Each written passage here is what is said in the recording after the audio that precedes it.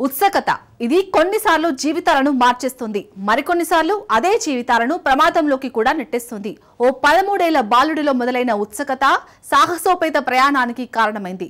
భద్రతా వ్యవస్థను తప్పించుకొని ఆ బాలుడు రన్వే పైకి విమాన ప్రయాణికులతో కలిసి వెళ్లాడు. కానీ అతడు విమానం ఎక్కలేదు, బదులుగా విమానం ల్యాండింగ్ గేర్ లో దాక్కున్నాడు. నిజానికి ఇలాంటి ప్రయాణం అత్యంత ప్రమాదకరం.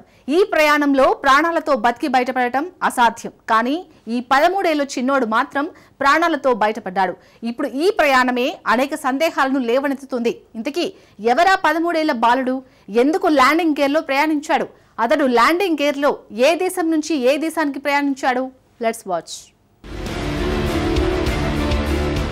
విమాన చక్రాల్లో దాక్కుని ప్రయాణం.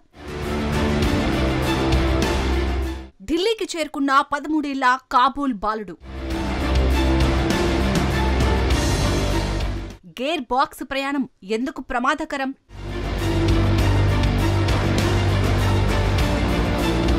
క్యూరియాసిటీ అనేది అత్యంత శక్తివంతమైన విషయం. ఇది కొన్నిసార్లు మనల్ని ప్రమాదంలోకి నెడుతుంది, మరికొన్నిసార్లు అదే క్యూరియాసిటీ అసాధ్యమైన పనులను చేయిస్తుంది. ఇంకొన్నిసార్లు ఆ ఉత్సుకత జెట్ చక్రం వరకు తీసుకెళ్లేలా చేస్తుంది. ఎస్, కాబూల్లో ఇలాంటి సంఘటనే ఒకటి జరిగింది. 13 ఏళ్ల బాలుడు విమానాశ్రయంలోకి చొరబడ్డాడు. విమానం ఎక్కేందుకు వెళ్తున్న ప్రయాణికుల గుంపు వెనుక దాక్కున్నాడు.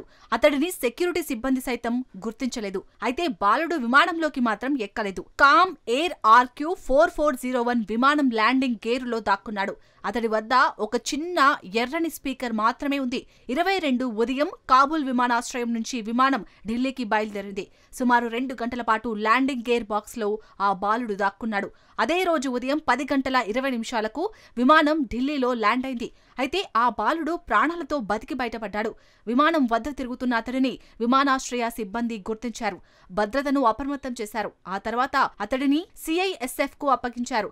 CISF అంటే సెంట్రల్ ఇండస్ట్రియల్ సెక్యూరిటీ ఫోర్స్. విమానాశ్రయాలు కీలకమైన మౌలిక సదుపాయాలను కాపాడే పారామిలిటరీ యూనిట్ CISF. ఢిల్లీ విమానాశ్రయంలోని టెర్మినల్ 3లో ఆ బాలుడిని ప్రశ్నించారు. అయితే అతడి సమాధానం చాలా సింపుల్, అదే క్యూరియాసిటీ.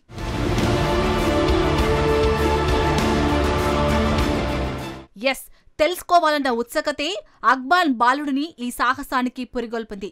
ఆ బాలుడిని అదే విమానంలో సొంత దేశానికి అధికారులు తిప్పి పంపారు. అయితే అతడు ప్రయాణించిన విధానం మాత్రం అతడిని షాక్కి గురిచేసింది.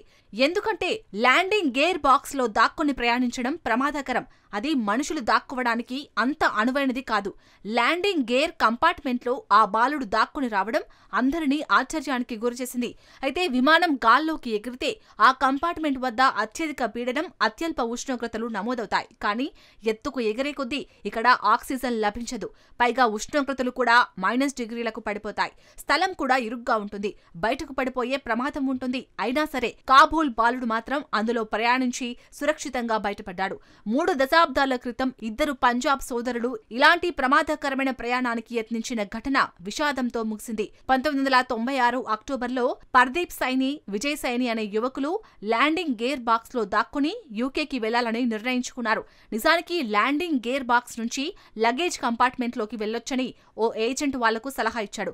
కారు మెకానిక్స్ అయిన ఆ 2 సోదరులు చీకట్లో ఢిల్లీ రన్వే పైన ఉన్న విమానం గేర్ బాక్స్ లోకి వెళ్లి దాక్కున్నారు. ఆ తర్వాతే వాళ్లకు అసలు సినిమా మొదలైంది.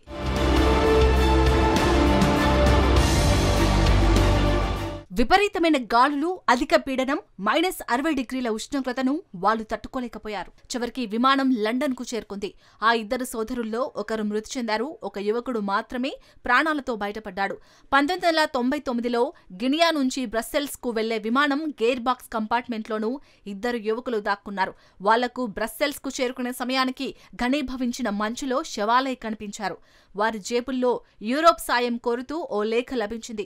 2022లో ఆమ్స్టర్డామ్లోని ఓ కార్గో ల్యాండింగ్ గేర్ బాక్స్ లో ప్రయాణించిన కెన్యా వ్యక్తి సజీవంగా ప్రాణాలతో బయటపడ్డాడు.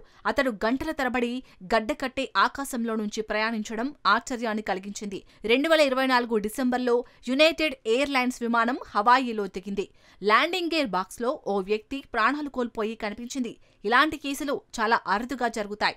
ఇలాంటి సంఘటనలకు కారణం విమానాశ్రయాల్లోని భద్రతా లోపాలే కారణం.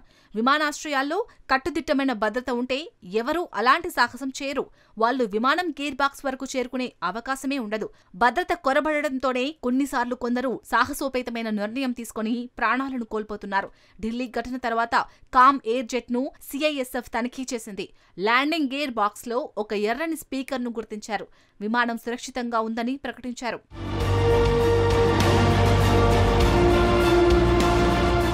1940 నుంచి ఇలాంటి ఘటనలు తరచూ చోటు చేసుకుంటున్నాయి. ల్యాండింగ్ గేర్ బాక్స్ లో ప్రయాణించిన ఘటనలు 100కు పైగా నమోదయ్యాయి. ఈ ప్రమాదకర ప్రయాణాల్లో చాలా మంది ప్రాణాలను కోల్పోయారు. అఫ్ఘాన్ బాలుడిది అదృష్టమనే చెప్పాలి. పైగా తక్కువ దూరం ప్రయాణం కావడంతో అతడు ప్రాణాలతో బయటపడ్డాడు. ఒకవేళ 6-7 గంటల ప్రయాణమైతే అతడి ప్రాణాలు పోయేవి.